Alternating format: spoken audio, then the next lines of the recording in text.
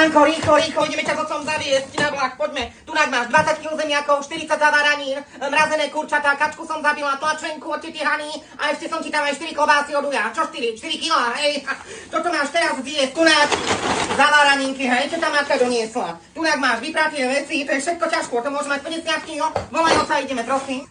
Akým lietadlom? Kdeže toto zoberieš do lietadla? A môže ísť klobása, aj brinza tam je. Tak ja sa mi kaflem, ja to môžem rovno povykladať všetko normálne, si pôjdeš na vlak. Ja viem, že niekedy horia, aj že sa vykonaja, aj že meškajú 3 hodiny. Ale toto všetko si môžeš zobrať. Otec, že on ide lietadlami.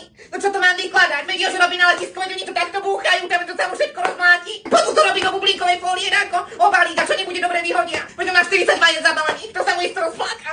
Na mindia tomu pošpiní tej veci, čo som prala ako sprostá, 2 dní vesiam pene, to už je nariť.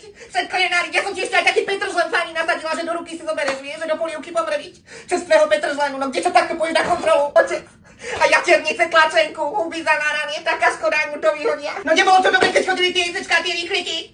Čo teraz už každý lietadlami bude chodiť, takto nás usrali. Volaj autobusárovi Mirovi, on chodí ranným spojom do Bratislavy, taký to pošleme Pojovi Mirovi autobusom. No, tak čo, ja neviem. Tak to poponúkaj potom v lietadle toto meso, ja neviem, či ťa pustia cez kontrolu. A ľuďom naokolo. Čože, na budúce prídeš a bez batožiny podpalubnej. Bože, tak to ti po jednej uhorke pozaváram do 100 ml, či čo? Buchty tiež zapečiem. Aj do príručnej ti ich zabalím. Normálne do takého vákuového a vysájam vysavačom. A budeš si potom si rozbavíš. A oni tak napopnajú. Zlaté vláky, tam som ti mohla aj lodný kufor nabaliť. No čo? No tak ideme triediť, otec, poď. Ani nestihnú.